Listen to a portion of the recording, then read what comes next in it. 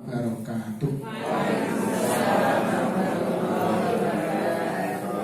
Alhamdulillah, wassalatu wassalamu ala rasulillah wa ala alihi wa sahbihi wa man walah.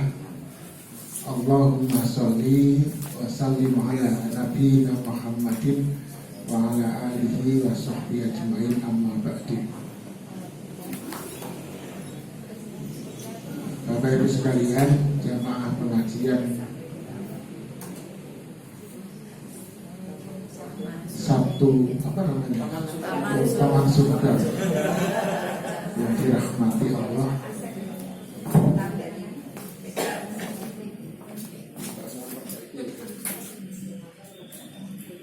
Marilah kita bersyukur kehadirat Allah Subhanahu wa Ta'ala. Alhamdulillah, pada tahun ini kita menyaksikan, membersamai awal peradaban baru yang coba diinisiasi oleh Muhammadiyah yang 1 abad lalu. Di Masjid Gede juga kontroversi tentang kiblat, dan tahun ini kontroversi tentang KHGT.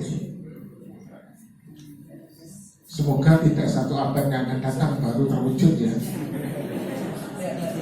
Kayaknya terlalu lama kita menunggu, mungkin kita sudah tidak ada seperti yang dulu diperjuangkan oleh Kiai Haji Ahmad Dahlan dan para muridnya. Baru terwujud abad ini semua umat Islam menerima yang namanya kiblat sesuai dengan astronomi atau ilmu hisab. Karena itu maka di dalam beberapa kesempatan tarjih itu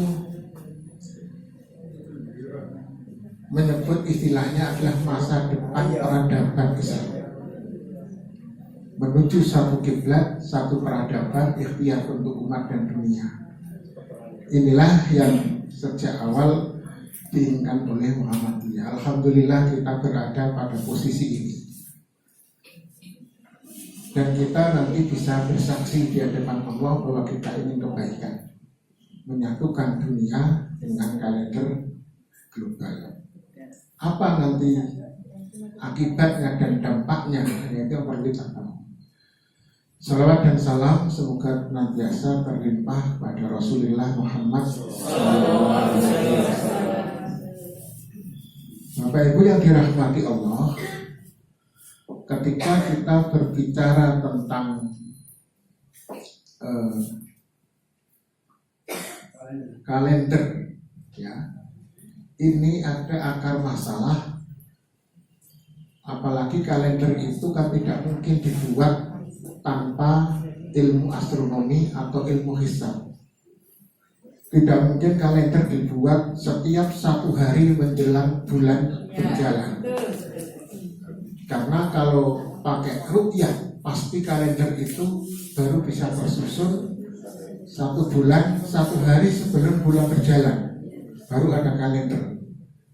Maka kalender itu harus menggunakan ilmu hisab. Maka di sini ada akar masalahnya. Ironi dibalik ibadah kolektif, sholat, puasa itu kan ibadah kolektif yang harus ditentukan waktunya secara kolektif. Poin utama Ramadan kita ini bulan penuh energi, kesatuan yang tinggi, ada sahur, buka puasa, tarawih, serempak, dan ini menjadi amalan yang sangat hebat di hadapan Allah Subhanahu wa Ta'ala. Apalagi di dalamnya Ramadan ini diturunkan Al-Quran. Tetapi sering orang ribut karena perbedaan awal dan akhir ibadah. Memang ada pahala yang banyak karena akan menguji ukhuwah dan kesabaran. Kapan puasa ya? Jadi orang masih mumet. Kapan hari raya? Mikir lagi. Dan itu baru akan ketahuan menjelang hari H. Sehingga sudah terkadung-kadung membuat masakan yang enak orang Sidoarjo. Diundur hari rayanya 2 hari lagi. Nah, ini sok mampu besar. Sekarang ada fokus lumayan ya. Dulu pernah itu Pak Yusuf Kalla itu membuat acara istana kan harus dipersiapkan. Sudah siap-siap, sudah catering siap, tenda siap, ternyata Sidoarjo. Kenapa bisa begini? Lah karena kan tergantung hilal. Lah hilal itu mana? Oh hilal dicari-cari. Apa ngaret apa turun? Jadi persoalan itu. Karena itu maka Muhammadiyah dengan mengikuti muktamar di Turki itu kemudian berani yang pertama kali melaunching ini. Jadi di Turki itu sebenarnya sudah disepakati, ya, disepakati kalender Hijriah global. Waktu itu dihadiri 127 ilmuwan dari 100-an negara. Karena Indonesia khusus itu adalah 3 negara. 1 negara pemerintah Indonesia, 1 negara Muhammadiyah, 1 negara NU. Jadi yang diundang ke sana bukan hanya pemerintah, karena tahu Indonesia ini unik. Karena 3 waktu, maka 3 negara. Ada WIB, ITA, dan WIB. Nah, dari 3 negara Indonesia ini, maka datang semua mengikuti muktamar. Dan di muktamar itu diberi pilihan apa mengikuti zona kalender global tunggal atau kalender dwi zonal. Dwi zonal itu 2 waktu. Kalau global 1 waktu. Nanti akan saya jelaskan di akhir. Kenapa kok 2 zona? Karena pada dasarnya dunia itu terbagi menjadi 2. Zona siang dan zona malam. Sekarang kita di sini ini jam 7 ya. Jam 7 pagi. Ini di Amerika. Di Amerika sana itu jam 7 malam. Jadi sebelahnya itu siang, sebelah itu malam. Bayangkan kalau bumi itu bulat, matahari di sebelah atas misalnya, kan sebelahnya itu kan separuhnya adalah siang, separuhnya malam. Karena itu maka konsekuensi ketika kita membuat satu zona dunia ini, maka akan terdapat kesulitan yang sebelah sudah masuk, mungkin sebelah belum masuk. Itu konsekuensi nanti secara hisabnya bisa kita lihat. Artinya satu zona itu termasuk berani. Kalau 2 zona itu sejak sekarang memang 2 zona. Rata-rata dunia ini nggak pernah puasa atau hari raya itu jadi 1, nggak, minimal 2. Tahun ini puasa kita itu ada 4. Ya, ada 4 hari puasa kita ini di Indonesia. Yang tanggal 17 itu Naksabandiyah di Maluku sana. Yang 18 itu KHGT Muhammadiyah bersama dengan dunia Arab dan beberapa Amerika. 19 itu adalah pemerintah dan beberapa negara di Amerika juga, Asia. 19-20 itu di New Zealand dan Kiribati yang ada di sebelah timur kita. Masuk Ramadan itu ada 4 hari, Selasa, Rabu, Kamis, Jumat. Karena itu maka memang antara 1 zona atau 2 zona itu memang 1 zona itu istilahnya kewanen. Kewanen itu ya terlalu berani menyatakan 1 dunia 1 waktu. Nah kenapa kalender Masehi bisa kok kita nggak bisa? Dari 127 ilmuwan itu 80% kurang lebih itu menerima kalender 1 zona atau kalender global tunggal. Di Indonesia yang bisa terima itu masuk ikut-ikutan di situ Muhammadiyah. Tapi 2 negara yang lain tidak. Dia ikut 2 zona. Tidak mau mengikuti 1 zona karena mana mungkin dengan perbedaan 16 jam kalau ditentukan di Alaska, kok Indonesia sudah ikut. Jadi di Alaska itu ketika jam 7 itu ditetapkan hilal sudah masuk atau sudah hisab itu sudah terhitung jam 7 sore, kita di sini itu sudah jam 10 siang. Jadi kita itu sudah sahur lebih dulu sebelum di sana bulannya tampak. Nah, nanti bisa kita lihat. Itu logikanya gimana? Itu yang kemudian menimbulkan persoalan. Tetapi memang ini ironi kita. Umat sudah 14 abad tidak punya kalender. Memang akhirnya harus menghilangkan egoisme sektoral dan lokal. Sekarang kita masuk kepada genealogi metode dari ruqyah ke hisab. Ini juga persoalan. Kenapa? Karena era kenabian pada masa salaf, mulai dari masa Nabi, sahabat, tabi'in dan tabi'ut tabi'in, ada 3 generasi ya. Sahabat itu masa Nabi namanya, lalu tabi'in, tabi'ut tabi'in, 3 generasi. Hingga ditemukannya ilmu hisab pada masa Daulah Abbasiyah, ketika diterjemahkan seluruh kitab-kitab dari Yunani, dari Mesir, dari Persia yang terkait dengan ilmu pengetahuan, matematika dan lain-lain ke bahasa Arab, maka meranumlah ilmu pengetahuan pada masa Al-Ma'mun. Itu baru ilmu hisab ditemukan. Disitulah baru kemudian muncul hisab digunakan. Nah, basisnya adalah kalau hisab itu pengamatan langsung, ruqyah matahari dan bulan. Karena teknologi saat itu tidak ada, sehingga nggak ada teropong, tidak ada LCD, nggak ada juga waktu itu.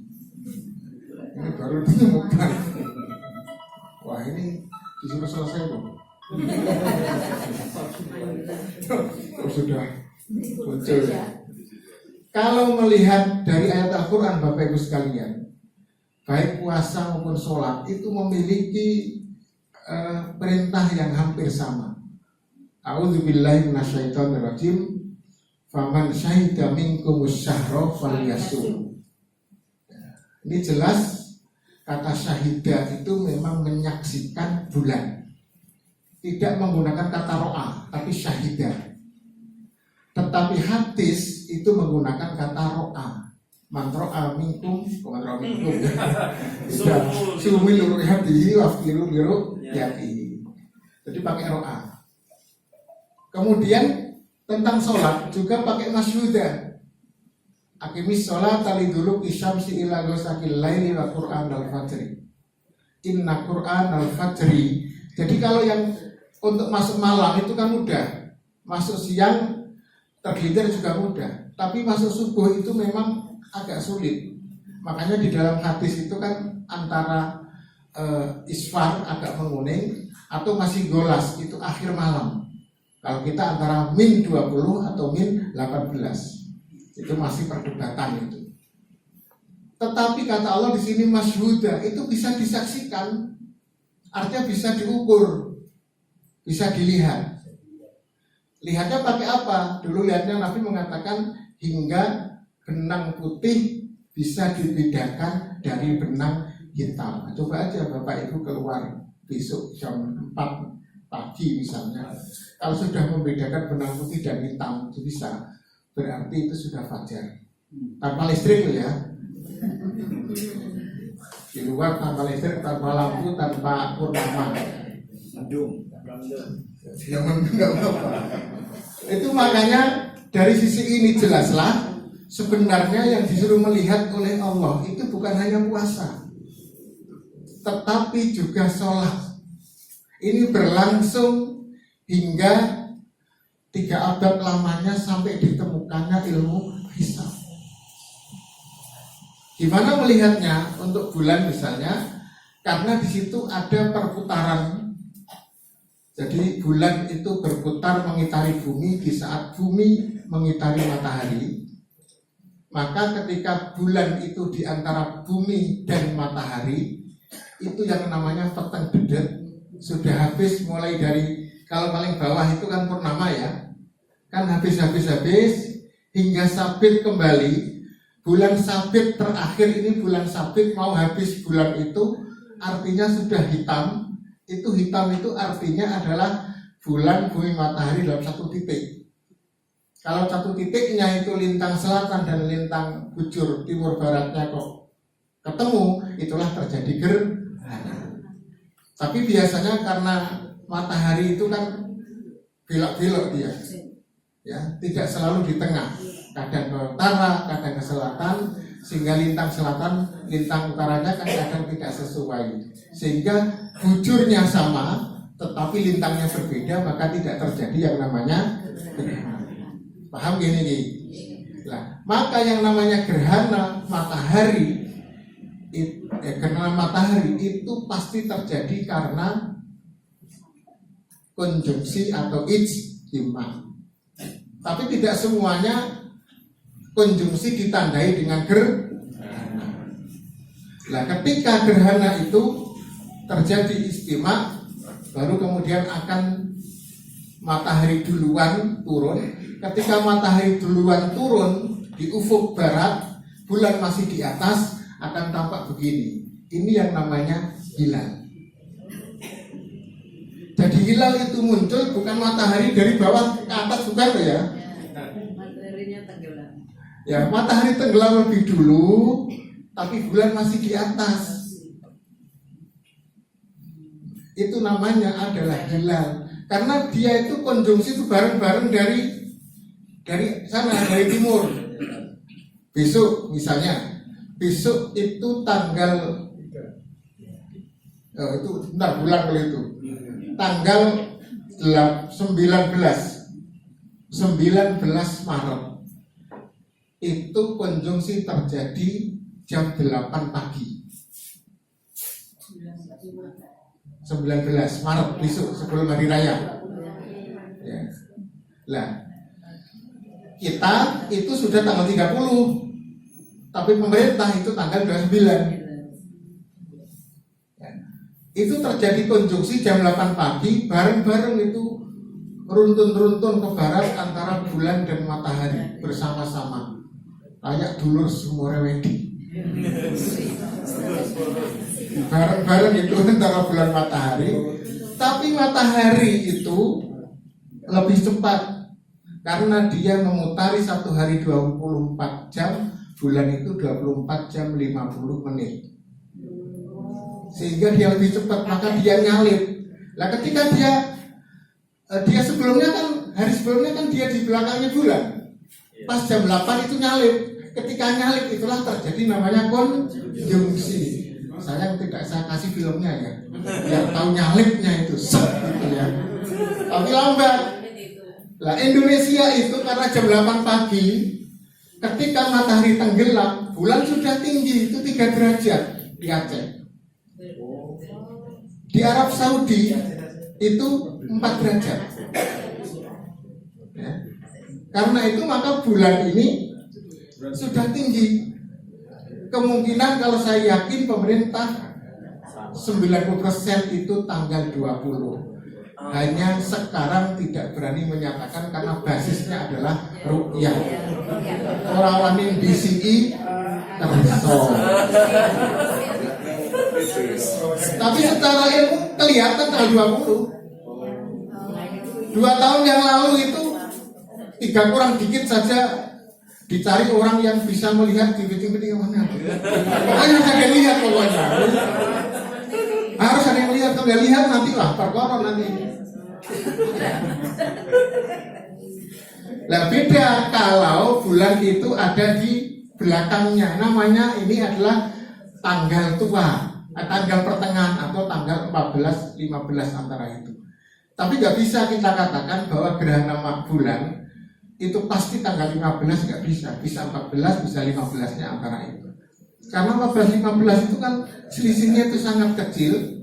Karena bulan itu kan 29 hari 12 jam 30 menit. Kalau nggak mepet ke sini jadi 29 hari, besoknya jadi 30 hari. 29 hari, 30 hari. Jadi tinggal duluan mana itu aja. Karena itu maka kita tidak bisa mengatakan bahwa pasti benar adalah yang ini. Karena kok tanggal 3 ya purnamanya. Itu kan tanggal 15 masuk itu. Wah, pemerintah salah ini. Berarti puasanya dia harus kodok 1 hari. Nggak bisa itu. Nggak bisa jadi patokan. Karena dua-duanya itu adalah benar. Jadi yang tidak benar itu yang itu jawabannya klise itu. Tapi memang disinilah kita harus mencari yang namanya hilal. Hilal itu kenapa dicari oleh Nabi? Kok bukan konjungsi? Konjungsi itu bahasa ilmu pengetahuan dulu tidak diketahui. Yang diketahui itu kan yang nampak oleh mata adalah hilal. Maka orang kalau bicara konjungsi, apa itu konjungsi? Istimewa itu apa? Yang ada istimewa ulama. Ulama sepakat itu istimewa, jadinya ijma. Nah, tetapi konjungsi di bulan ini tidak diketahui sebelum ada ilmu hisab.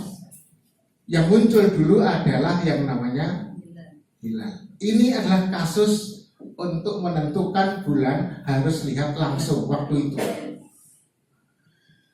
Begitu juga dengan matahari. Sholat itu nggak ada lewat itu. Ini yang dilihat ini loh. Masjid itu dulu pakai begini ini Pak.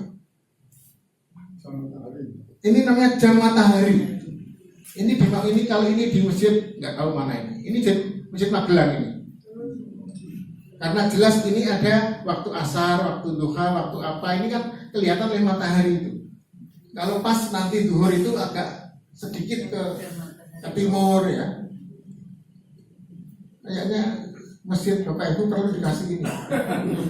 Karena kita sudah tidak lagi mengakui hisab. Hilangkan ini semua wis, tidak usah pakai ini. Ini adalah jam sudah tidak lagi menggunakan melihat matahari secara langsung. Ini astronomi, ini ilmu hisab. Ya. Dan ini sudah diakui dunia. Ayatnya sama, pakai Syahidah Masyuda. Terus kemudian hadisnya juga sama. Nabi prakteknya puasa lihat langsung, sholat pun lihat langsung. Mau sholat lihat matahari dulu. Untung saja kalau di Arab Saudi kan jarang mendung. Nah kalau kita mendung terus ya nggak sholat di asar ya. Nunggu kapan itu? Repot itu ya. Lama-lama sampai pagi, lama malam langsung malam gimana? Lama sekali, nggak ada jam soalnya. Langsung bisa.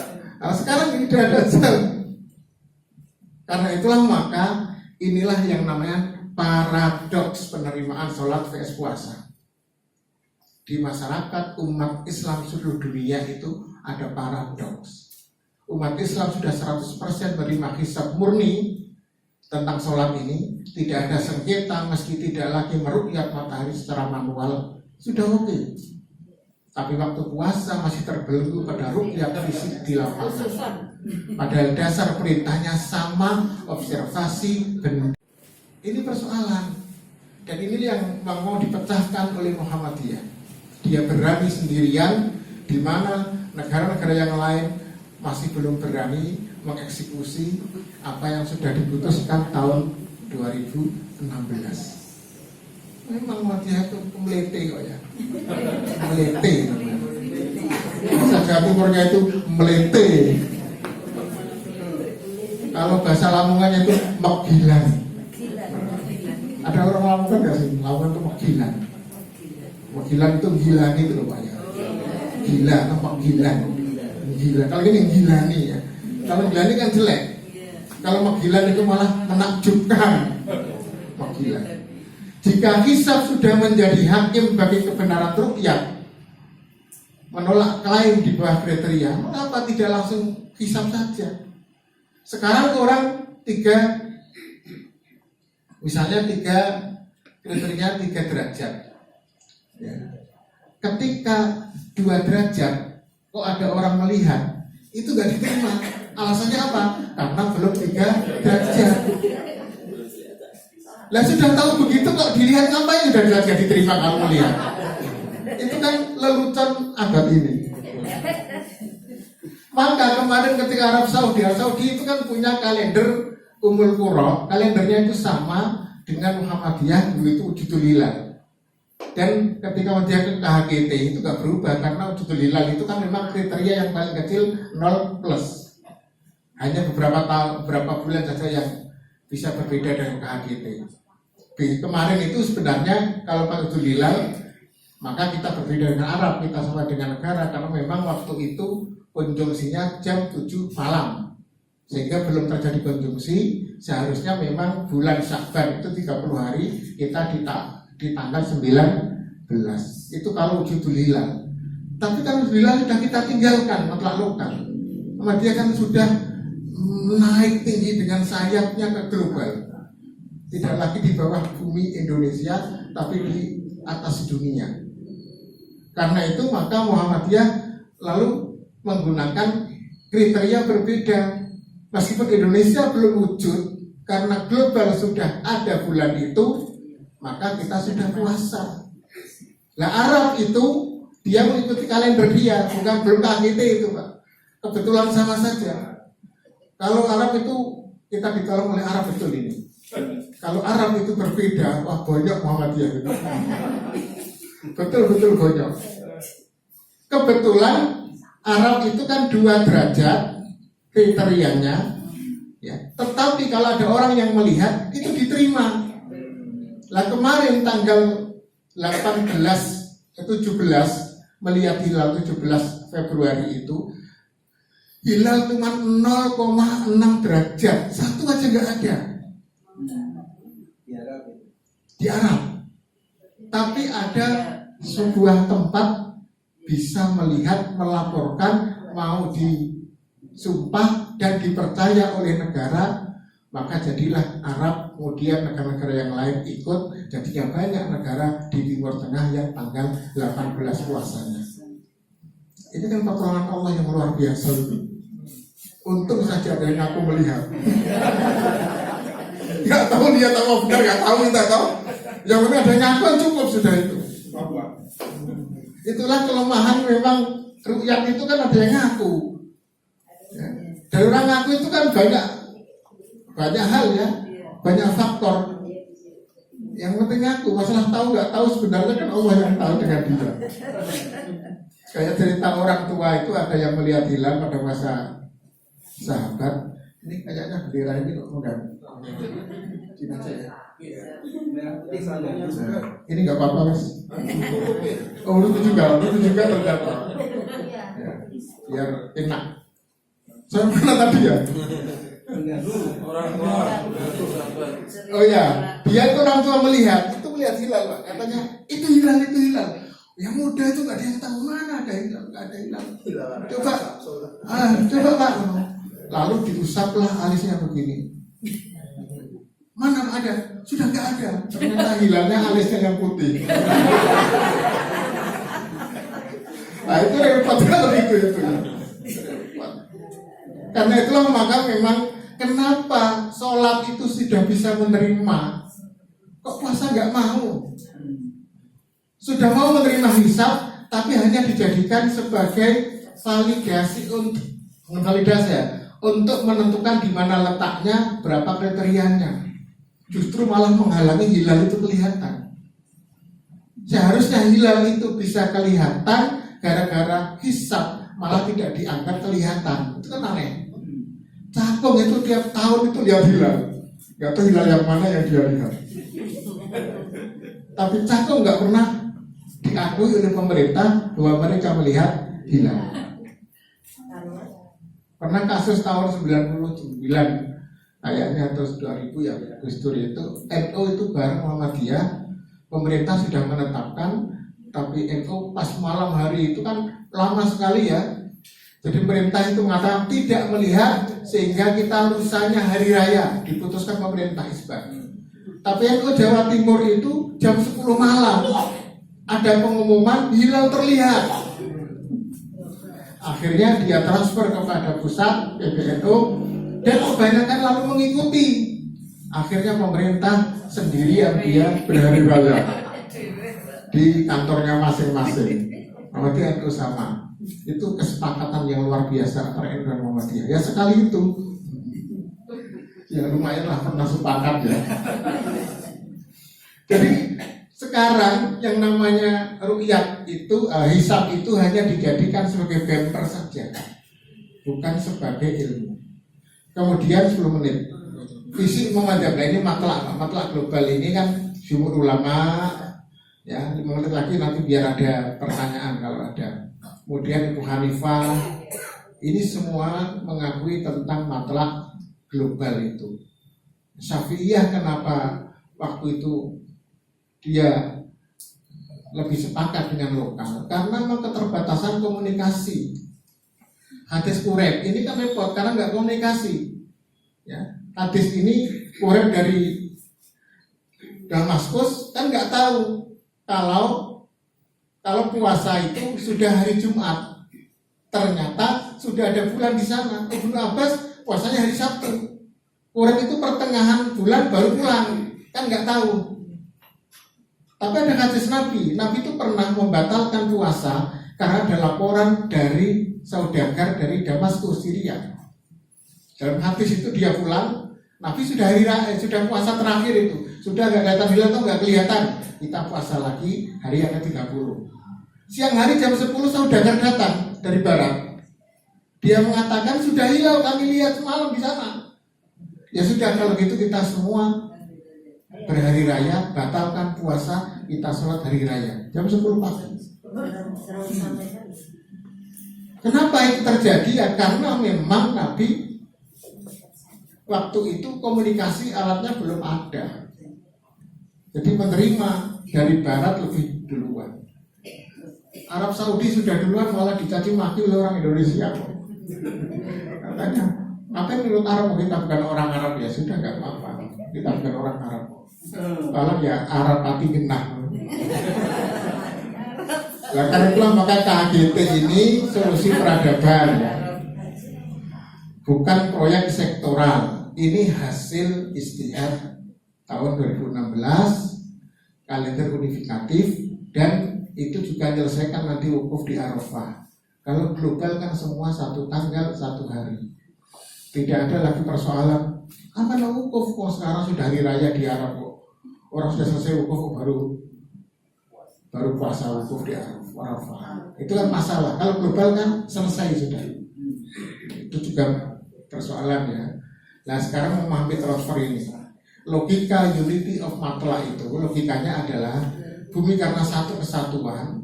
Kabar penampakan hilal di satu titik di satu negara itu menjadi informasi untuk semua. Jadi jangan bicara Alaska, Pak. Alaska itu kan karena tahun ini. Di Alaska yang kelihatan 5 derajat itu. Kita patokannya bukan Alaska.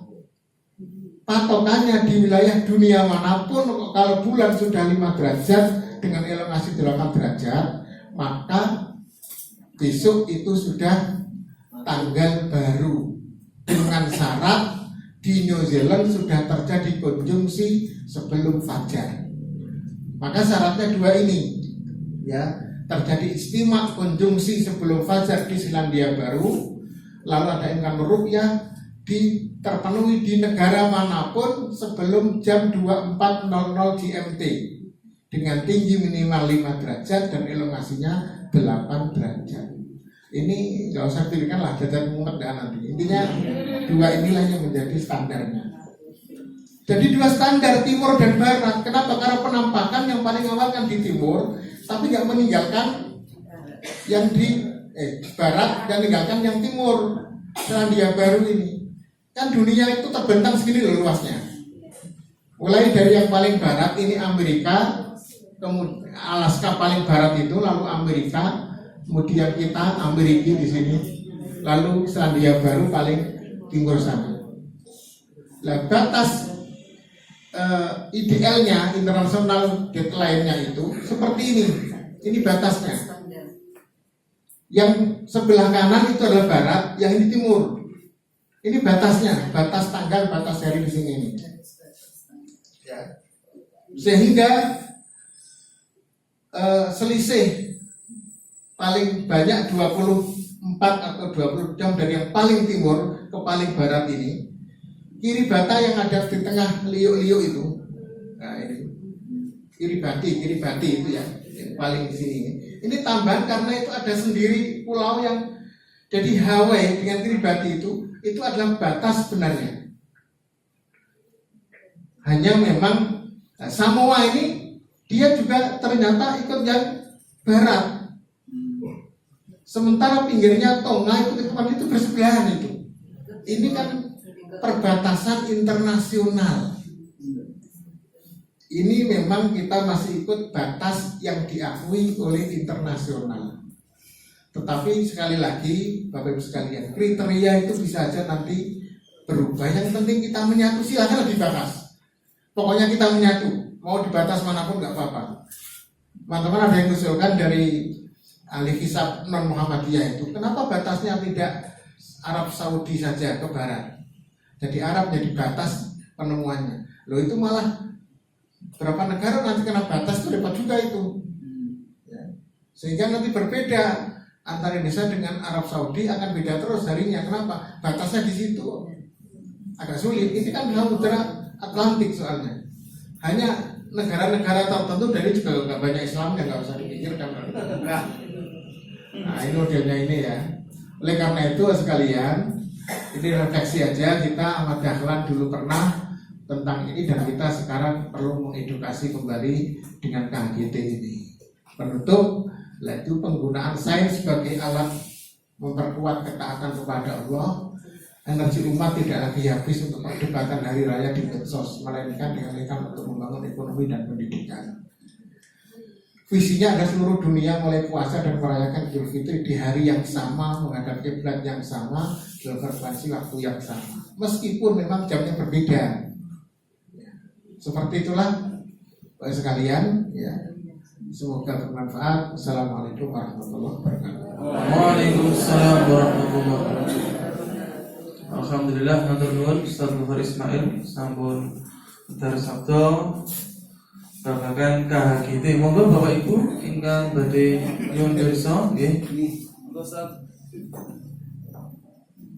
estudipun anggaran untuk sidang isbat berapa miliar? Karena itu menjadi rujukan dan sidang isbat menjadi tidak bisa proyek karena ada itu. Dari mawon tuh. Katanya 15 miliar kan ya?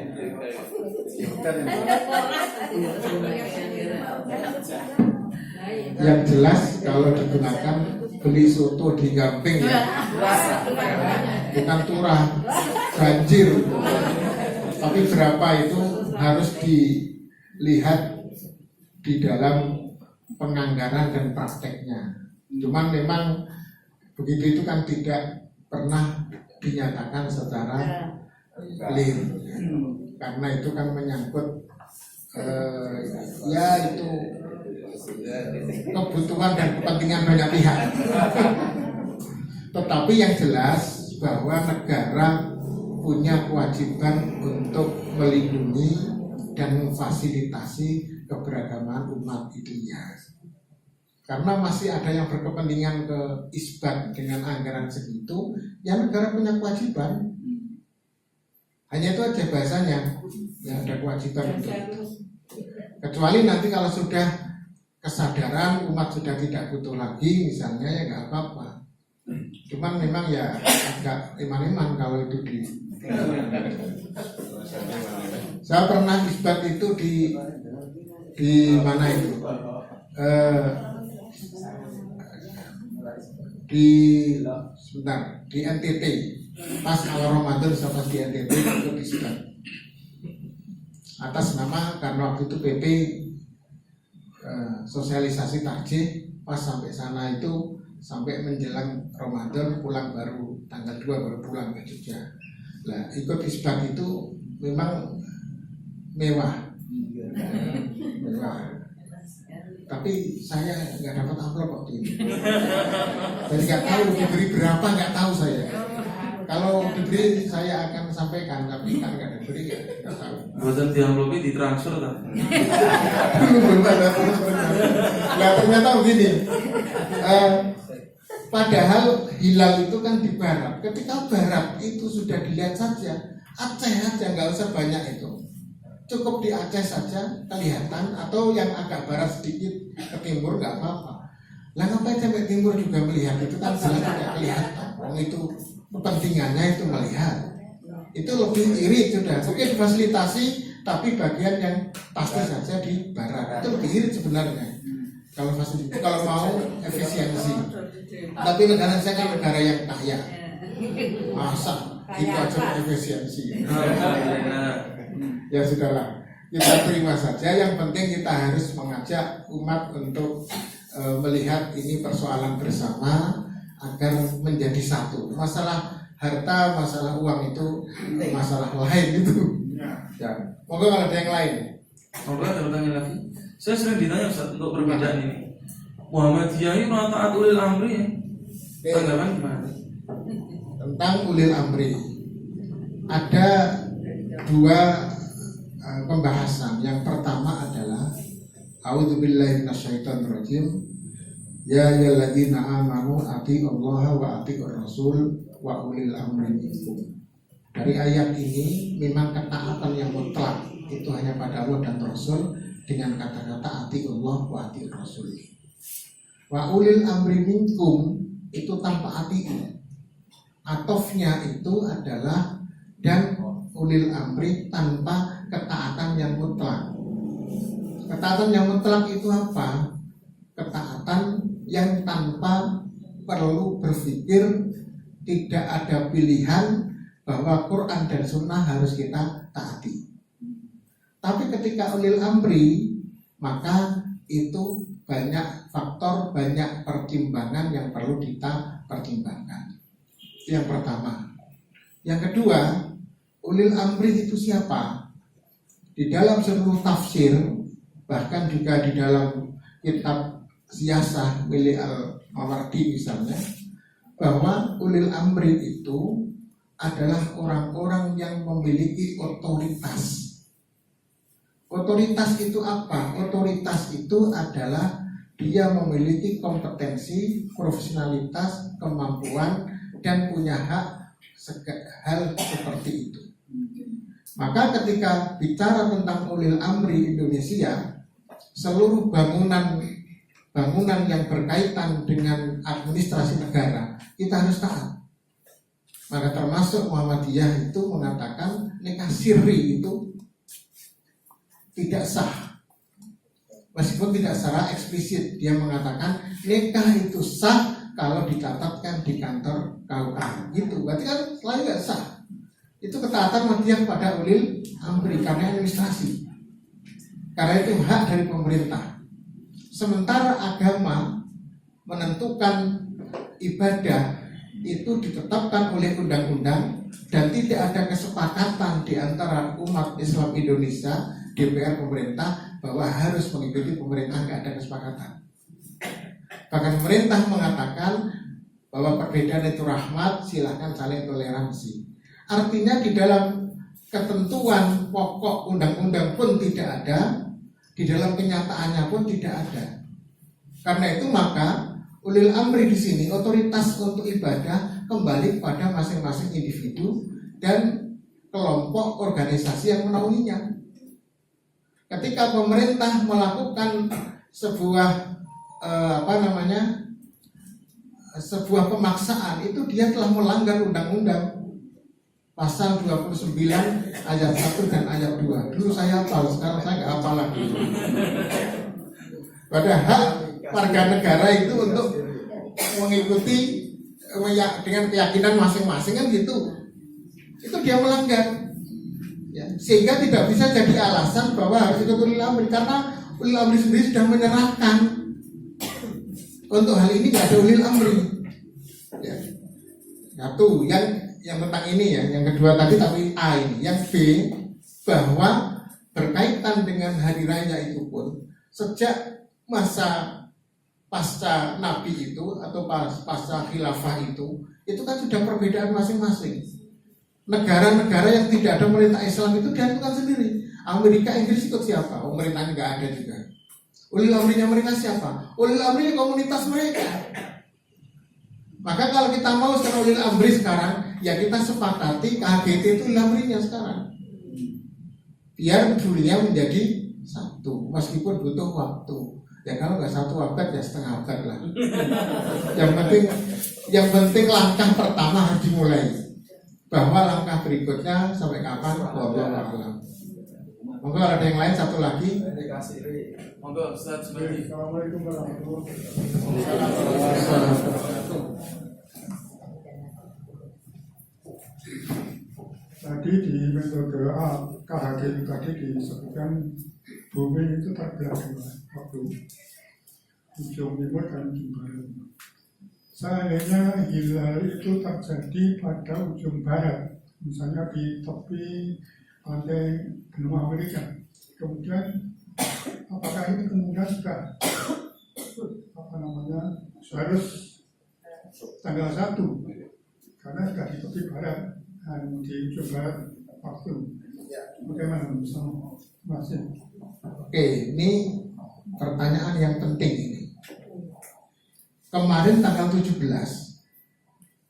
Februari itu bulan itu di Alaska sudah masuk 5L masih 8.